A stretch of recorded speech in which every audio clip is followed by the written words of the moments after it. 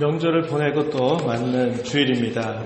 주 안에서 다시 만나 뵙게 됨을 기쁘게 생각합니다. 명절 잘 보내셨나요? 네, 오늘도 주의 은혜를 사모하시고 나오신 여러분들에게 주의 은혜가 함께하기를 진심으로 바랍니다. 우리는 계속적으로 지금 선지서의 말씀을 읽고 있는데 우리가 그 중에서 오늘 26장 1절부터 6절에 있는 말씀을 바탕으로 여호와 우리 하나님이라는 제목으로 함께 말씀의 은혜를 나누겠습니다. 에스겔 선지자는 참 좋은 때 부름받았던 선지자가 아니었습니다. 그가 선지자로 부름받을 때 그런 포로민 신분에 있었던 인물이었고 그가 포로 생활 중에 선지자로 부름받은 때로부터 예루살렘이 패망하게 될 때까지 약 5년 정도 시간을 그가 보내게 됩니다. 이 5년이라고 하는 시간은 그에게 참 숨가쁜 시간들이었을 것입니다. 그리고 절박한 시간들이었을 것입니다. 에스겔서 4장에서부터 24장까지의 내용은 그가 포로로 끌려와 있으면서 포로민들을 향해서 그리고 아직 예루살렘에 남아있는 주민들을 향해서 임박한 심판을 거듭 전해왔습니다. 그 내용이 4장에서부터 24장까지 기록이 되어 있고요.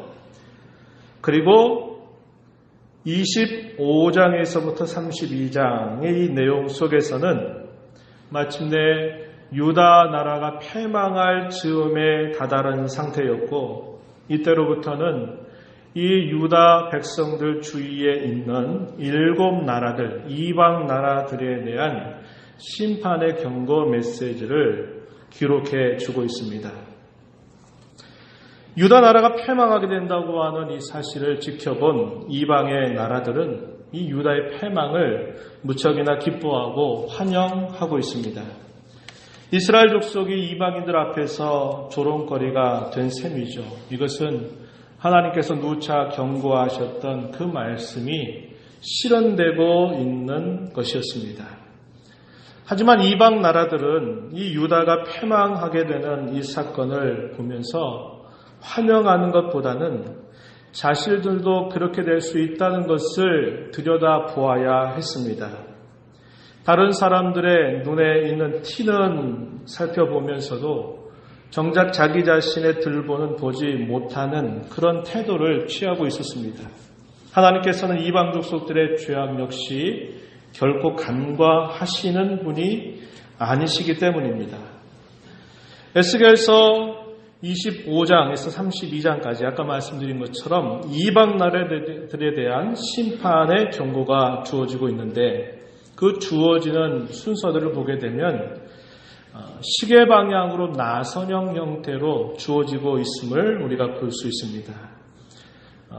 유다를 중심으로 해서 동편으로부터 또 남편, 서편에 이렇게 쭉 돌아가면서 주변에 있는 나라들에 대한 심판의 경고 메시지가 전달되고 있어요. 예를 들면 동쪽에 있었던 암몬이라고 한 나라로부터 시작을 해서 또 그 아래에 있었던 모압 나라, 그리고 에돔, 블레셋, 그리고 두로와 시돈, 마지막으로 애굽 나라에 대한 심판의 메시지가 전달되고 있습니다. 나선형의 형태를 띠면서 하나님의 심판이 임할 것을 전달하고 있는 셈이죠. 여기서 우리가 특별하게 살펴보게 되는 사실은 뭐냐면 시돈과 애굽에 대한 이 심판 경고가 주어지는 그 사이에 에스겔서 28장 25절, 26절 이 말씀에 보면은 이스라엘 족속의 회복에 대한 약속이 거기에 삽입되어 있다라고 하는 것입니다. 이것이 무엇을 말해줄까요? 에스겔서 4장에서부터 24장까지 이스라엘 족속들에 대한 하나님의 심판의 경고들은 심판 자체가 목적이 아니라 그 심판을 넘어서 새로운 이스라엘을 만들기 위한 하나의 과정으로 묘사되고 있다라는 것을 보여주고 있고 반면에 이방 나라들에 대한 심판 경고들은 그런 회복이 약속되지 않는다 하는 점입니다. 이것이 다르다라는 것이죠. 성도로 이 땅에 저와 여러분이 살아가면서 고난이 없다든지 또 모든 어려움들을 다 피해간다라고 말하는 것은 값싼 거짓말에 해당됩니다. 성도인 저와 여러분도 이러한 저러한 삶의 이유로 여러 어려움들을 당합니다. 하지만 그 어려움으로 끝나는 것이 아니라 그 어려움을 통해서 우리로 하여금 하나님을 향해서 더 한 걸음 한 걸음 가까이 나아가게 해주신다라는 면에서 우리가 당하는 어려움은 어려움으로 끝나는 것이 아니라 항상 유익을 준다라는 것입니다. 오늘 우리는 두로에 대한 심판 선언의 말씀을 함께 읽고 있습니다. 본문의 말씀은 하나님께서 이스라엘과 유다의 하나님이실 뿐만 아니라 하나님께서는 온 세상의 하나님이 되신다고 하는 사실, 그리고 그분은 그분의 공의로우심을 바탕으로 온 세상을 다스리고 계시다라는 사실을 잘 보여주고 있습니다. 이 말씀은 우리에게 큰 위로를 줍니다. 그것은 우리가 섬기는 하늘 아버지께서 그저 우리의 하나님만이 되시거나 또 그 백성의 하나님만이 되시는 것이 아니라 온 세상을 주관하시는 온 세상의 주권자가 되시기 때문에 그렇습니다. 오늘 우리가 이 말씀을 읽어가면서 먼저 한 가지 좀 생각을 먼저 한 다음에 이 본문 말씀을 나누길 원하는데, 그것은 뭐냐면 성경이 우리에게 가르치고 있는 것 중에 하나님은 이중 왕국을 다스리는 분이다라는 사실을 우리에게 가르쳐 준다는 겁니다. 다시 말씀을 드리면 하나님은 영적인 왕국을 다스리시는 왕이실 뿐만 아니라 이 세상의 모든 왕국을 다스리시는 왕이시라고 하는 것입니다. 영적인 왕국, 이것을 다르게 말하면 은혜의 왕국이다 이렇게 부릅니다. 그 영적인 왕국은 오직 하나님의 은혜로만 들어갈 수 있는 나라이기 때문에 그렇게 부릅니다. 반면에 이 세상의 왕국에 대해서는 이렇게 말해요. 권능의 왕국이다 이렇게 말합니다. 하나님께서 권능으로 이 모든 세상을 다스리신다라고 말해서 그 나라를 권능의 왕국 이렇게 부르고 있다는 겁니다. 하나님께서는 영적인 나라의 왕이시기도 하시면서 이 세상의 나라의 왕이 되시기도 한다. 이 사실을 성경은 우리에게 가르쳐 주고 있습니다. 고대 근동사회에서 항상 자신들이 섬기는 그 신은 자신들의 땅의 신이고 자신들이 섬기는 신일 뿐이었습니다. 그리고 다른 이방의 족속들이 섬기는 신과 싸워서 전쟁을 하면 우리가 섬기는 신이 그 민족이 섬기는 신보다도 더 세다라는 것을 증명하는 정도의 성격을 가지고 있었습니다. 하지만 우리가 섬기는 하나님은 이스라엘 민족의 하나님, 그 땅의 하나님이신 그것으로 끝나는 것이 아니라 온 세상을 다스리시는 주관자임을 이 본문의 말씀을 통해서 살펴본다고 하는 것입니다. 그래서 하나님은 이 모든 세상을 창조하시는 손길을 통해서 이 세상 모든 나라의 왕이 되셔서 이 세상의 나라를 주관하신다 하는 것이고, 그 가운데서 구원함을 받아서 구원받은 백성들이 속하는 이 영적인 나라의 왕이 되시기도 한다라고 하는 것입니다. 그래서 저와 여러분, 성도로 부름받은 우리들은 하나님께서 한편으로는 우리의 창조주로서 하나님은 우리를 다스리시는 분으로 계시다. 그것뿐만 아니라 저와 여러분을 죄와 진토와 파멸로부터 구원하신 구원의 하나님으로서 우리를 역시 다스리시기도 한다고 하는 것입니다. 이것을 두고 이중적인 권리 주장이다. 우린 이렇게 말하는 겁니다. 하나님은 우리를 지으신 창조주로서만이 아니라 우리를 구원하신 구원의 주님으로서 우리에게 주권을 행사하시는 분이 되신다고 하는 겁니다. 이러한 내용들을 우리가 잘 이해하면서 오늘 본문의 말씀을 보게 되면 이 내용들을 우리가 좀 더 잘 이해할 수 있게 될 것입니다. 이제 오늘 우리의 본문을 한번 생각해 보려고 합니다. 저와 여러분이 읽은 이 본문은 두로에 대한 심판을 선언하는 내용인데요. 몇 가지의 질문들을 던져보면서 본문 속에서 그 답을 함께 찾아가 보도록 하겠습니다. 먼저 이 두로의 심판 경고가 주어지는 때, 그때에 대해서는 오늘 우리가 읽은 이 말씀에서 읽었던 것처럼 에스겔이 포로로 끌려오고 난 다음에 제11년 어느 달 초 1일이다 이렇게 알려줍니다. 이때가 유다의 패망 즈음이라고 표현할 수 있는데요. 실제로 이 유다 나라는 586년이 될 때 마침내 패망을 하게 됩니다. 이 패망이 있게 되기 전 약 1년 반 정도 동안 바벨론에 의해서 포위 공격을 당하게 된 것이죠. 유다가 멸망한 것으로 좋아하는 이 두로에게 하나님께서는 너희에게도 심판이 임할 것을 선언하시는 말씀, 이것이 본문에 주어지고 있다라고 하는 것입니다. 이 두로를 향해서 심판을 선언하시는 그 내용이 무엇인지 오늘 우리가 읽은 본문 3절로부터 5절 말씀에서 확인해 볼 수 있겠는데요. 하나님께서는 3절 앞부분에 보면은 하나님 자신이 두로를 대적하시겠다 이렇게 말씀을 하십니다. 내가 너의 대적자가 되겠다. 내가 너를 대적하겠다라고 이렇게 두로를 향해서 말씀을 하셨습니다. 이렇게 하나님이 이 두로를 대적하실 때 어떠한 일이 일어날까요? 3절 이어지는 말씀에 보면 바다가 그 파도를 굽이치게 하는 것처럼 여러 민족들이 와서 너 두로를 치게 하겠다 이렇게 말씀을 하셨습니다. 그렇게 하심으로써 이 두로는 이방 나라들의 노략거리가 되게 하시겠다고 하나님이 말씀을 하십니다. 우리는 바로 이 말씀을 통해서 하나님은 이스라엘 백성들만이 아니라 모든 열방의 나라들을 다스리시는 분이심을 알 수 있습니다. 하나님께서 이렇게 두로를 심판하시는 그 이유가 무엇인가?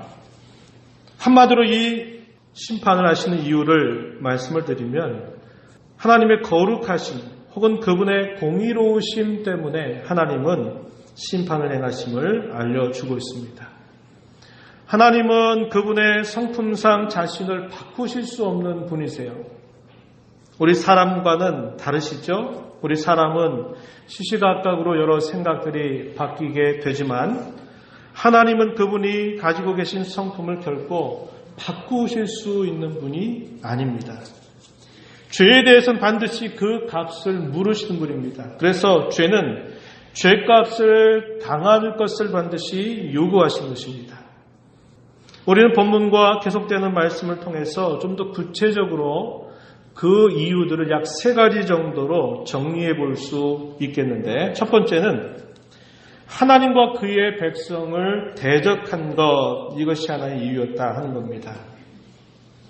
두로가 하나님과 그의 백성을 대적하고 있다는 것을 잘 보여주고 있는 것은 예루살렘이 바벨론 나라에 의해서 역사 심판을 받게 되는 것을 보면서 기뻐하는 그들의 모습에서 잘 나타나고 있습니다. 우리가 읽은 말씀 2절 보면은 이렇게 표현했죠. 아하, 만민의 문이 깨져서 내게로 돌아왔도다. 그가 황폐하였으니 내가 충만함을 얻으리라. 예루살렘을 향해서 그들이 하는 말이었습니다. 여기 만민의 문이란 말은 예루살렘을 나타내는 그런 말입니다. 당시 이 두로는 해변에 위치하고 있는 나라인데요. 지중해를 통해서 예루살렘으로 가는 관문 역할을 했던 나라였습니다. 그래서 예루살렘이 멸망한 그 덕분에 자기들의 이익이 생기겠다고 기뻐하는 태도를 취한 것입니다. 그러한 동기를 가지고 남의 멸망을 기뻐하는 것은 징벌받아 마땅한 태도였다고 하는 겁니다. 그래서 그 심판의 이유 가운데 하나가 하나님과 그의 백성을 대적하는 것이었다, 이렇게 정리할 수 있겠고, 두 번째 이유는 뭐냐면 교만 때문이었음을 성경이 가르쳐주고 있습니다. 28장 2절로부터 5절 말씀에 보면은 이 두루가 갖는 교만함이 그들이 심판을 받는 이유라고 설명하고 있습니다. 28장 2절 말씀에 보면은 이렇게 표현했습니다. 내 마음이 교만하여 말하기를 나는 신이다. 내가 하나님의 자리 곧 바다 가운데에 앉아있다 하도다. 3절에서는 다니엘보다 지혜로워서 은밀한 것을 깨닫지 못할 것이 없다. 이러한 태도를 가지고 있었고요. 재물을 얻고 은과 금을 저축한 것을 두고서 자신들의 지혜와 총명으로 얻은 것이라고, 또 큰 지혜와 무역으로 장사를 잘했기 때문이라고 여기면서 대단히 교만한 태도를 가지고 있었습니다. 이 말씀을 간략하게 요약하면 두로의 교만은 자신을 하나님처럼 여긴 것이었고 자신의 지혜를 과찬했다고 하는 것이고요. 그 지혜로 많은 부와 재물을 얻었다고 여기는 그들의 태도에서 나타나고 있는 겁니다. 잘 아시는 바와 같이 교만은 패망의 선봉이라 이렇게 이야기합니다. 넘어짐의 앞잡이라고 성경은 우리에게 가르쳐 주고 있습니다. 또 고린도전서 10장 12절 말씀에 보면은 그런즉 선줄로 생각하는 자는 넘어질까 조심하라 이렇게 말씀을 하십니다. 교만한 자는 은혜 받을 길이 없다는 것을 성경 가르쳐 주고 있어요. 특별히 성도로 부름받은 저와 여러분이 늘 신앙생활 하면서 조심해야 될 것이 바로 뭐냐? 이 교만이라고 하는 것을 항상 조심해야 된다라고 하는 것입니다. 신명기 8장 말씀에 보면요. 이스라엘 백성들이 광야 40년을 보내고 가나안 땅을 입성하게 될 즈음에 이스라엘 백성들을 불러 모아놓고 이 사실을 대단히 강조하고 있습니다. 성도에게 있어서 가장 두려운 일이 과연 무엇이겠습니까? 아니, 가장 두려워해야만 하는 일이 과연 무엇이겠습니까? 그것은 우리의 마음이 교만해져서 하나님을 잊어버리는 것이다. 이렇게 말할 수 있습니다. 신명기 8장 14절 말씀에 보면은 이렇게 말합니다. 네 마음이 교만하여 네 하나님 여호와를 잊어버릴까 염려하노라. 이렇게 말합니다. 마음이 교만해지면 하나님을 잊어버리게 된다는 겁니다. 그래서 그들로 하여금 참으로 두려워야 될 것이 그들의 마음이 교만해지지 말아야 될 것을 이야기해 주십니다. 이 말씀을 옛날에 우리가 지금은 개역개정 성경을 다 보고 있는데 이 개역 성경에서 어떻게 옮겼었냐면 이렇게 표현했어요. 신명기 8장 14절을 두렵건대 내 마음이 교만하여 내 하나님 여호와를 잊어버릴까 하노라. 내 마음이 교만해서 하나님을 잊어버리는 것 참으로 두려운 일이다. 이렇게 번역을 했습니다.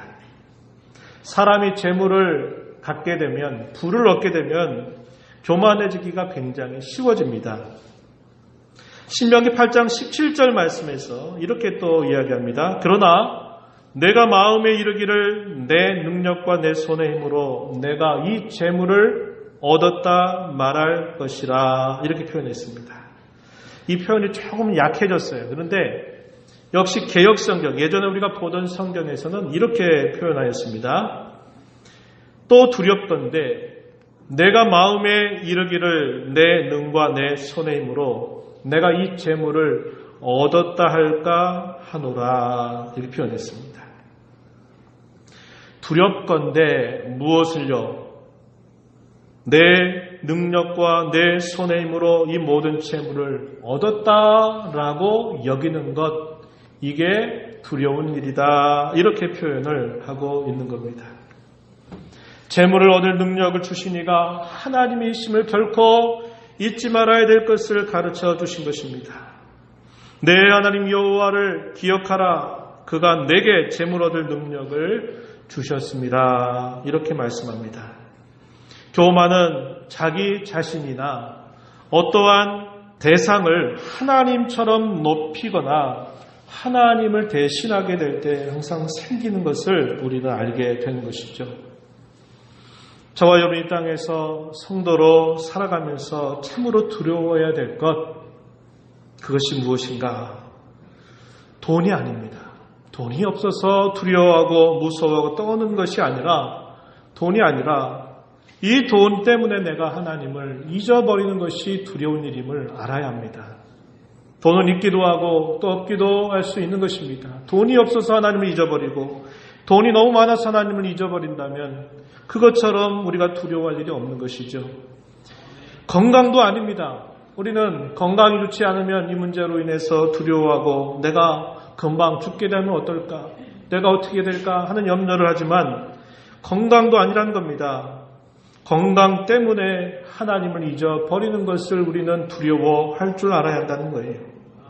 사랑하는 사람이 아닙니다. 사랑하는 사람 때문에 내가 하나님을 잊어버리는 것, 이것을 우리는 두려워하는 자로 살아야 한다고 하는 것이죠. 세 번째 이유는 뭐냐?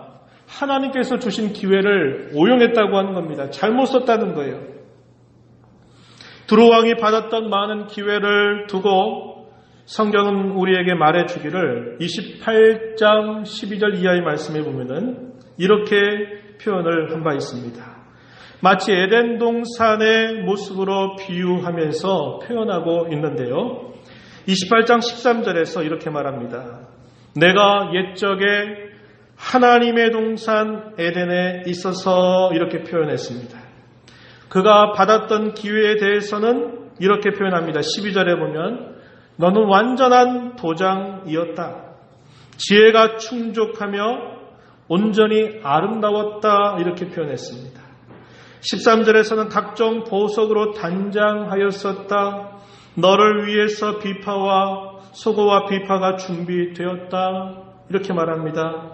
14절에서는 기름 부음을 받고 지키는 그룹이라 이렇게 말하면서 하나님의 성산에 있어서 불타는 돌들 사이에 왕래하였다. 이러한 표현들을 통해서 두로에게 주어진 기회가 얼마나 컸나 것을 하나님은 말씀하셨습니다. 그런데 어떻게 되었을까요? 내 모든 길에 완전하더니 마침내 불의가 드러났다. 15절에서 이렇게 말하고 16절에서 내 무역이 많음으로 내 가운데에 강포가 가득하여 범죄하였다. 이렇게 말합니다. 하나님께서 이 두로에게 많은 좋은 것들을 기회로 주었는데 그 기회를 가지고 결국 불의하고 범죄한 그런 결과를 나타내었다고 이야기한 것입니다. 하나님께서 주셨던 기회를 잘못 쓴 것에 대해서 하나님은 너에게 준 기회를 내가 빼앗아 버리겠다. 그 기회를 잘못 쓴 죄에 대해서 내가 벌하겠다. 이렇게 하나님은 말씀하신 것입니다. 하나님의 백성인 저와 여러분도 예외가 아닐 것입니다. 우리도 에스겔서 16장의 말씀을 읽으면서 16장 14절 15절 말씀을 통해 하나님의 백성이었던 이 유다 족속들도 자신들에게 하나님께서 주신 많은 기회들을 잘못 쓴 것, 그것이 그들이 징계를 받게 되는 이유가 된다. 이렇게 설명하는 것을 읽은 바 있습니다. 이런 말씀이 주어졌어요. 내 화려함으로 말미암아 내 명성이 이방인 중에 퍼졌음은 내가 내게 입힌 영화로 내 화려함이 온전함이라. 나 주 여호와의 말이니라. 그러나 내가 내 화려함을 믿고 내 명성을 가지고 행음하되 이렇게 말을 하고 있습니다. 하나님께서 주신 영화로 온전한 것인데 그 화려함과 명성이 마치 자기 자신이 이룬 것인 양 교만해하면서 그걸 가지고 오히려 행음함으로 죄를 범하였다고 말씀하고 있는 것입니다. 이방의 사람들, 다시 말씀드리면 오늘날 믿지 않는 사람들도 자신들에게 주어진 좋은 기회들에 대해서 하나님은 그 기회를 어떻게 썼는가를 요구하실 겁니다. 또한 하나님의 자녀로 부름받은 저와 여러분을 향해서도 하나님께서 주신 기회에 대해서 너는 이 기회를 어떻게 썼는가를 하나님은 우리에게 분명히 물으실 것이라고 하는 겁니다. 두로의 패망의 세 번째 원인은 이 오용하는 데 있었다고 하는 것입니다. 저와 여러분은 더 이상 구원받기를 위해서 사는 자가 아닙니다. 오히려 이미 그리스도 안에서 값없이 받은 이 구원을 생각하면서 저와 여러분에게 주신 모든 선물들을 하나님 섬김의 기회로 여기면서 살아야 합니다. 우리는 기회를 맡은 청직이고 또 하나님 앞에 언젠가 우리의 삶에 대해서 계산할 종들임을 기억해야만 합니다. 재물과 재능과 지위와 외모, 환경 등등 이것들은 그 자체를 복이라 말하지 않습니다. 이것은 기회입니다. 이 기회를 우리에게 주신 그 하나님의 뜻과 마음을 헤아리면서 이 기회를 잘 선용을 하면 이게 우리에게 복을 가져다 줄 것이고 이 기회를 우리가 잘 선용하지 못한다면 우리에게 화가 될 것입니다. 그래서 이것들은 우리에게 기회라고 하는 것이죠. 두로는 심판 경고에 따라서 실제적으로 유다 나라가 바벨론에 멸망한 직후였던 586년에서부터 573년 정도 약 13년이라고 하는 시간 동안 이 바벨론 나라에 의해서 실제로 포위되면서 쇠약해지게 됩니다. 이렇게 두로를 심판하신 목적에 대해서 성경 우리에게 가르쳐줍니다. 우리가 읽은 본문 6절 말씀을 보면요. 그것은 그들을 심판하시는 분이 이스라엘의 하나님 여호와인 줄을 알게 하려 한다. 그 이유를 말씀해 주고 있습니다. 이것은 우리가 에스겔서를 읽어가는 가운데 대단히 반복적으로 읽어가는 말씀입니다. 역사 심판을 하시는 것은 최종적인 심판에 대한 전조입니다. 전조. 이렇게 역사 심판을 하심으로써 세상의 모든 나라가 바르게 사는 길을 하나님은 가르치려고 하는 뜻이 있고요. 그렇게 하지 못할 때 심판을 피할 수 없다는 것을 미리 보여주는 그런 사건인 것입니다. 지금 이 세상에 존재하는 200여 나라들도 마찬가지이고 우리 대한민국도 마찬가지일 것입니다. 하나님께서는 그분이 하나님 되심을 분명히 온 천하 만민들에게 알게 하실 것입니다. 우리 하나님의 백성뿐만 아니라 이방 백성을 심판하신 분이 여호와이심을 교훈받습니다. 그러므로서 하나님은 그분 자신의 영광을 나타내시는 것이죠. 에스겔서 28장 22절 말씀에 보면 이런 말씀이 있어요. 시돈을 심판하시는 목적에 대해서 이렇게 말씀합니다. 한번 성경 보실까요? 에스겔서 28장 22절 이렇게 말합니다. 시돈아 내가 너를 대적하나니 내 가운데에서 내 영광이 나타나리라 하셨다 하라. 내가 그 가운데에서 심판을 행하여 내 거룩함을 나타낼 때에 무리가 나를 여호와인 줄을 알지라. 시돈을 심판하시는 목적에 대해서 내 영광을 나타낸다. 내 거룩함을 나타낸다. 내가 여호와인 줄을 너희가 알게 될 것이다. 이렇게 말씀을 하셨습니다. 조금 뒤로 가셔서 28장 25절과 26절 말씀을 또 한번 보실까요?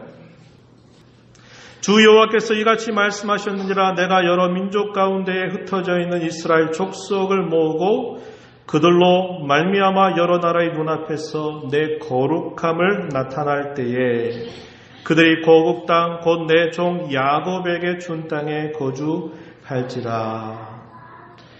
끝부분에 가서 보면 내가 그 하나님 여호와인 줄을 그들이 알리라. 이방 백성을 심판하시는 목적과 하나님의 백성을 징계 이후에 다시 회복시키시는 그 목적이 같아요. 그 목적이 뭡니까? 여호와인 줄 너희가 알게 되리라 하는 그 말씀의 내용입니다. 그런데요, 내용이 다르다는 거예요. 특별한 게 내용이 다르다는 겁니다. 이방 백성들에게는 심판을 통해서 하나님의 공의를 나타내시는데 그 내용이 나타나지만 하나님의 백성들에게는 구원을 베풀어 주시는 내용이 나타나고 있다는 겁니다. 구원하시는 하나님이 여호와이신 줄 알게 하는 것과 심판하시는 하나님이 여호와인 줄을 알게 하는 그 내용에 차이가 있다는 거예요. 목적은 같지만 내용이 다르다고 하는 겁니다. 이방 백성들을 향해서는 하나님의 공의로우신 심판을 나타내는데 그 내용이 있다면 하나님의 백성들을 향해서는 긍휼의 심판을 이야기하고 그들에게는 구원을 베푸실 것을 이야기하는 그 내용이 다르다고 하는 것입니다. 로마서 9장 21절로 23절 말씀에서는 그 표현을 바울사도는 말하기를 진노의 그릇과 긍휼의 그릇이라고 하는 표현으로 그 내용을 간략하게 설명해 주고 있습니다. 이렇게 하나님께서 우리 하나님 여호와가 되신다 하실 때 하나님은 우리에게 그 하나님은 구원을 통하여서 하나님이 여호와이심을 우리에게 알려주실 것을 말씀하고 있는 겁니다. 이제 말씀을 맺겠습니다. 저와 여러분 오늘 말씀을 통해서 반드시 기억해야 할 것이 있습니다.